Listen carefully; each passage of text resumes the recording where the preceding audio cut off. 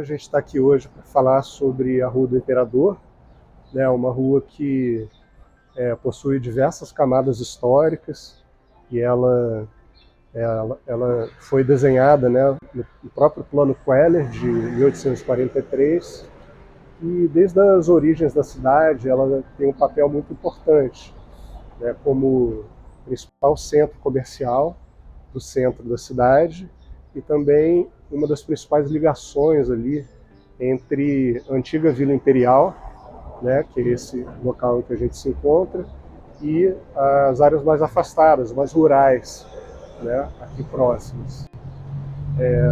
Então, assim, a Rua do Imperador ela é uma via com 1,2 km mais ou menos, né, toda retilínea, onde a gente tem pistas, né, de cada lado, e no centro a gente tem também trechos do rio Quitandinha e do rio Palatino que foram canalizados, né, e retificados. A infraestrutura da rua, né, na primeira década de mais ou menos em 1850, ela era ainda muito precária, né? O piso era de terra, não havia calçadas, a iluminação também era. Já havia iluminação pública que era a partir de lampiões, né, instalados em postes que já existiam, mas os esgotos corriam a céu aberto muitas vezes para os rios, né, para o rio Quitandinha. Só em 1875 é que uma lei municipal começou a obrigar a canalização desses esgotos por baixo da rua. E aqui onde a gente está, precisamente, né, nesse local onde foi construído o prédio do antigo Fórum de Justiça, foi exatamente o terreno aonde os primeiros colonos alemães, né, que chegaram em Petrópolis em 1845 para ajudar na construção da cidade, inclusive continuar a abertura da rua, eles ficaram instalados num local chamado Quartéis da Colônia, né, que eram barracões, na verdade construções provisórias, de madeira e cobertura de zinco, né, onde eles ficaram instalados. E depois esses barracões eles foram demolidos, né, em 1894, construído esse prédio do antigo Fórum de Justiça, onde a gente se encontra.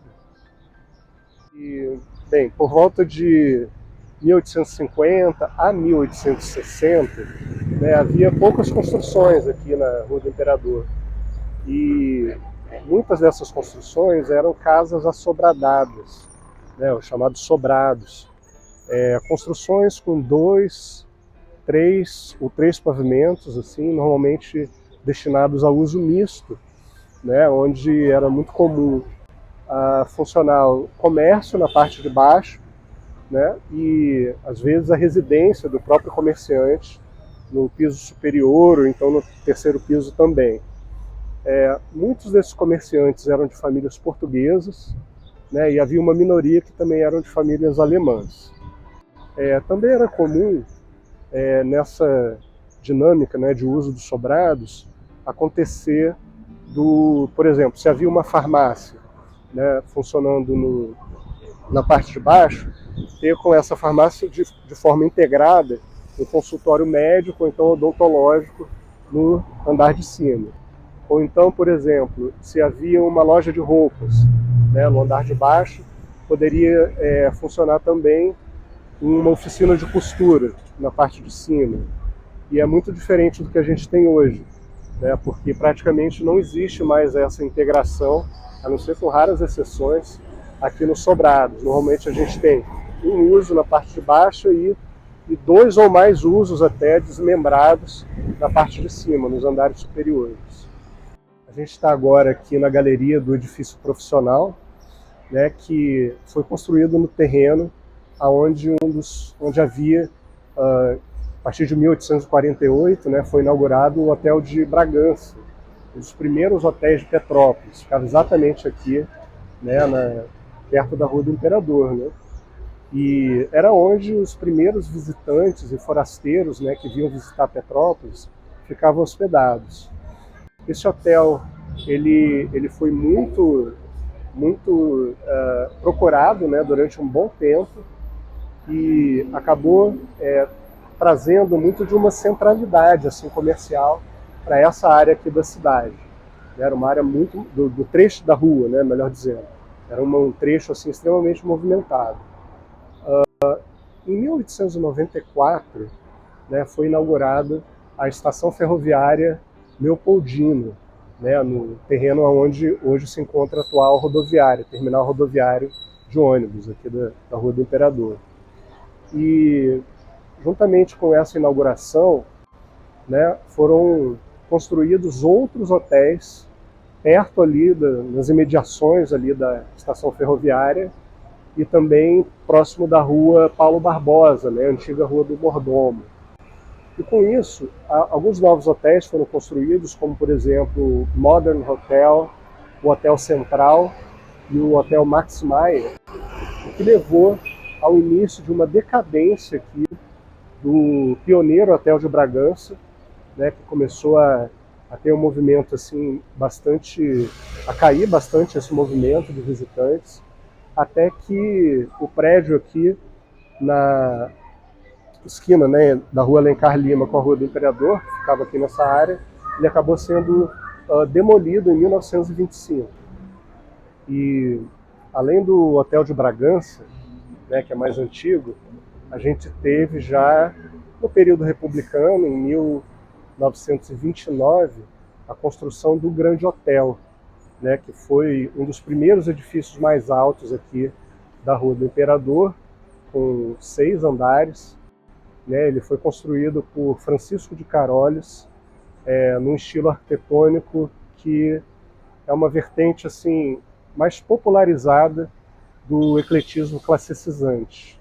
E aqui também a gente está bem em frente à Galeria Gelli, né, que foi construída, o edifício Gelli, né, onde ela se encontra, foi construído no início da década de 1940 e foi um edifício importante em relação à história urbana aqui da rua, né, porque ele deu início ao processo de verticalização edilícia da Rua do Imperador. Então, a partir desse momento, vários sobrados da segunda metade do século XIX e começo do século XX começaram a ser demolidos, né, para a construção de edificações em altura para uso misto, na verdade, né, uso comercial e uso residencial.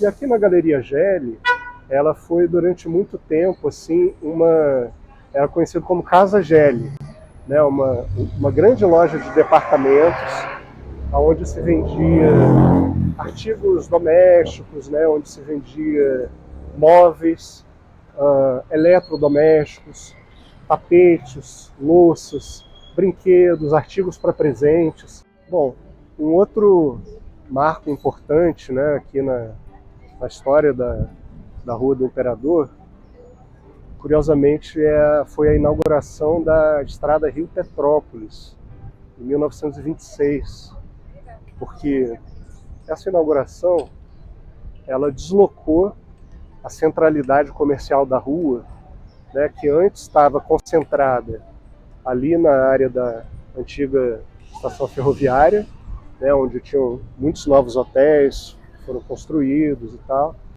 Com esse deslocamento, né, essa centralidade voltou aqui para a área onde a gente está, e a gente pode dizer que isso levou a uma certa estratificação socioespacial da rua, né, em termos dos usos, pelas diferentes camadas da população.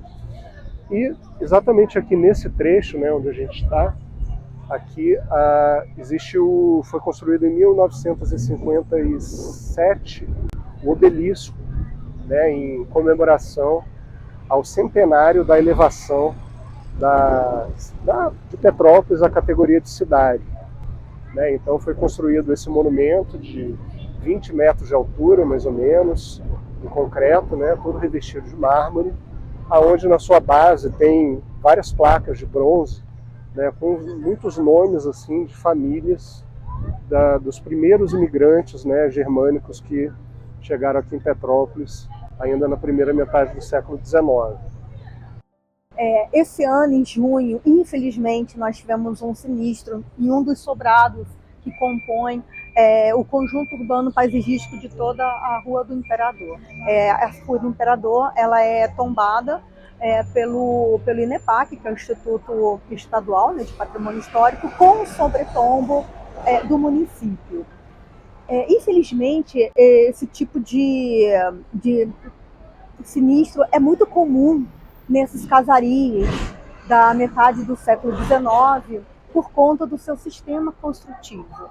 Nós temos muita madeira, né, a estrutura, todo o madeiramento para a estrutura do edifício, as próprias paredes, provavelmente as paredes internas de pau a pique, então você tem uma malha de madeira também. Então, é um sistema construtivo que remete à metade do século XIX, e a madeira era o material mais importante estrutural desses sobrados.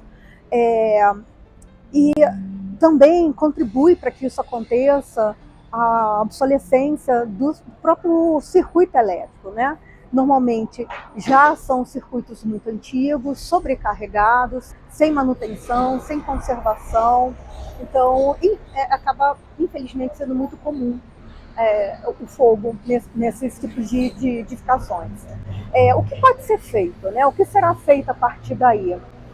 Claro que os órgãos de tutela irão se reunir para discutirem quais serão os encaminhamentos para a recuperação desse sobrado. Tudo vai ter sido muito bem analisado, estudado. Por mais que tenhamos toda uma pesquisa iconográfica, onde nós teremos dados técnicos de toda a composição da antiga fachada, que ela foi muito danificada, não se tem mais registro, ela perdeu toda a sua materialidade. Então, tudo vai ser discutido para saber se você reconstitui ou não. Tem que tomar muito cuidado para não criar um falso histórico, ou então se recompõe com novos elementos, novos materiais, com novos elementos, para que você possa resgatar a unidade do conjunto, uma vez que ele compõe todo esse conjunto urbano paisagístico tombado. Então, tudo isso vai ser discutido. Você tem as cartas patrimoniais, recomendações, portarias que vão orientar esse corpo técnico para saber qual será o caminho melhor para ser adotado nesse tipo de caso. Que você tem esse conjunto da Rua do Imperador e a complementação com o tombamento da Praça da Inconfidência, que abrange ali a Igreja do Rosário e as ruas adjacentes, né, a Doutor Porciúncula e a Paralela. É importante a gente ressaltar que a Petrópolis teve o seu primeiro tombamento em 1964 pelo IPHAN, onde a rua, toda a extensão da Avenida Köhler foi tombada.